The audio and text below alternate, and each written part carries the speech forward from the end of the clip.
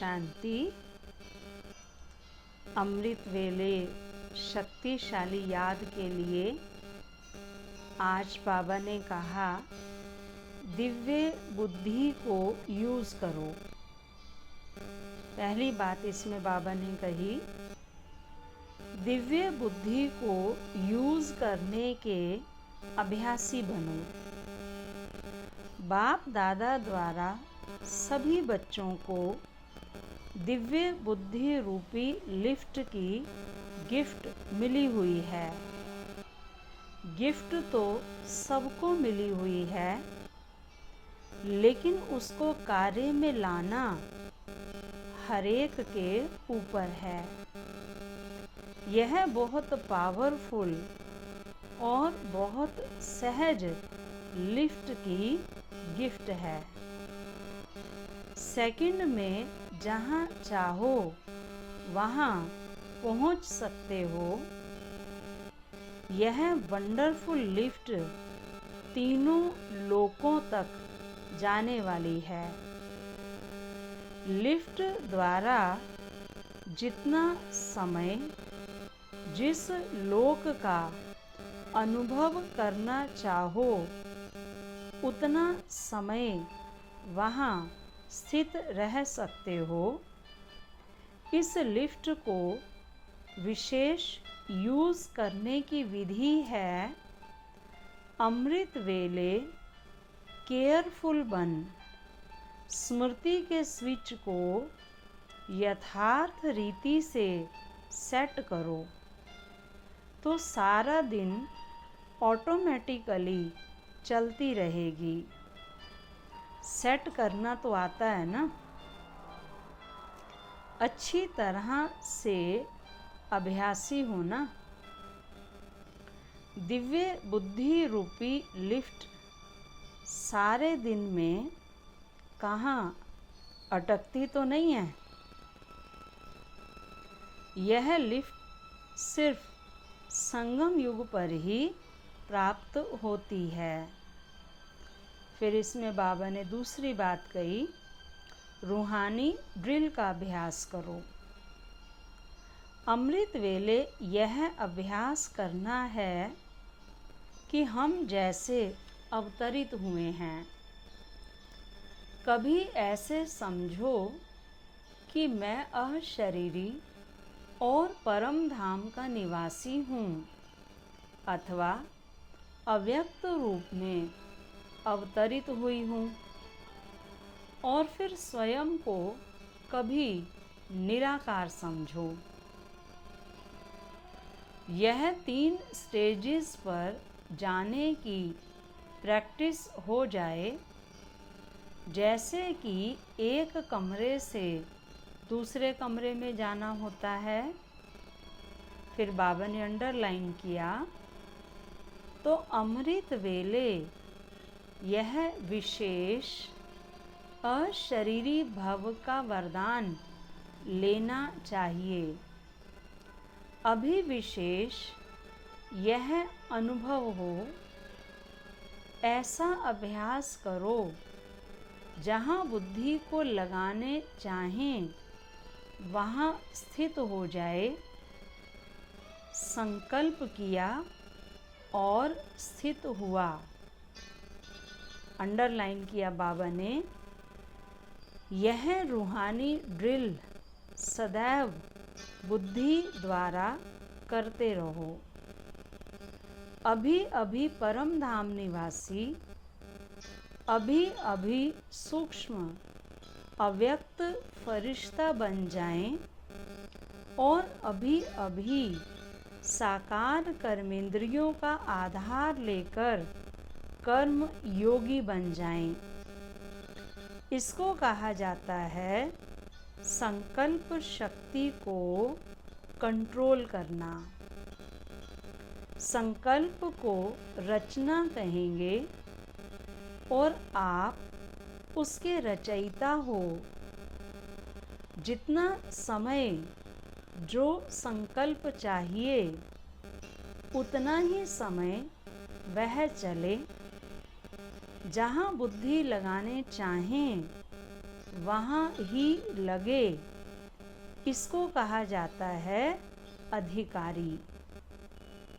यह प्रैक्टिस अभी कम है, इसलिए यह अभ्यास करो। अपने आप ही अपना प्रोग्राम बनाओ और अपने को चेक करो कि जितना समय निश्चित किया, क्या उतना ही समय वह स्टेज रही। फिर इसमें बाबा ने तीसरी बात कही, दिव्य बुद्धि को चेक कर ठीक रखो। दिव्य बुद्धि का विमान तो शक्तिशाली है ना, सिर्फ यूज करना आना चाहिए। बाप दादा की रिफाइन श्रेष्ठ मत का साधन चाहिए।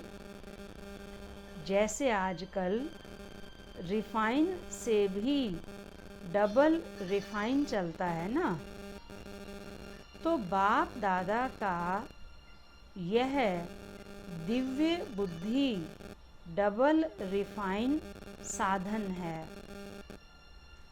जरा भी मन मत पर मत का किचड़ा है तो क्या होगा, ऊंचे जाएंगे या नीचे। तो यह चेक करो कि दिव्य बुद्धि रूपी विमान में सदा डबल रिफाइन साधन है। बीच में कोई किचड़ा तो नहीं आ जाता, नहीं तो यह विमान सदा सुखदाई है। जैसे सतयुग में कभी कोई भी एक्सीडेंट हो नहीं सकते, क्योंकि आपके श्रेष्ठ कर्मों की प्रारब्ध है। ऐसे कोई कर्म होते नहीं जो कर्म के भोग के हिसाब से यह दुख भोगना पड़े। ऐसे संगम युगी गॉडली गिफ्ट दिव्य बुद्धि सदा सर्व प्रकार के दुख और धोखे से मुक्त है। दिव्य बुद्धि वाले कभी धोखे में आ नहीं सकते, दुख की अनुभूति कर नहीं सकते, सदा सेफ हैं, आपदाओं से मुक्त हैं। इसलिए इस गॉडली गिफ्ट के महत्व को जान, इस गिफ्ट को सदा साथ रखो। समझा इस गिफ्ट का महत्व? गिफ्ट सभी को मिली है या किसी की रह गई है? मिली तो सबको है ना, सिर्फ संभालने आती है या नहीं वह आपके ऊपर है। सदा अमृत वेले चेक करो, ज़रा भी कमी हो तो बाबा ने अंडरलाइन किया, तो अमृत वेले ठीक कर देने से सारा दिन शक्तिशाली रहेगा। अगर स्वयं ठीक नहीं कर सकते हो तो ठीक कराओ, लेकिन अमृत वेले ही ठीक कर दो। और बाबा ने इसमें नेक्स्ट पॉइंट कही, मनन शक्ति द्वारा शक्तिशाली बनो। बाबा ने इसमें अंडरलाइन किया, अगर रोज़ अमृत वेले अपने एक टाइटल को भी स्मृति में लाओ और मनन करते रहो, तो मनन शक्ति से सदा बुद्धि शक्तिशाली रहेगी। शक्तिशाली बुद्धि के ऊपर माया का वार नहीं हो सकता, अर्थात आत्मा परवश नहीं हो सकती। तो मूल कारण है बुद्धि की कमज़ोरी, और कमज़ोरी का निवारण है मनन शक्ति।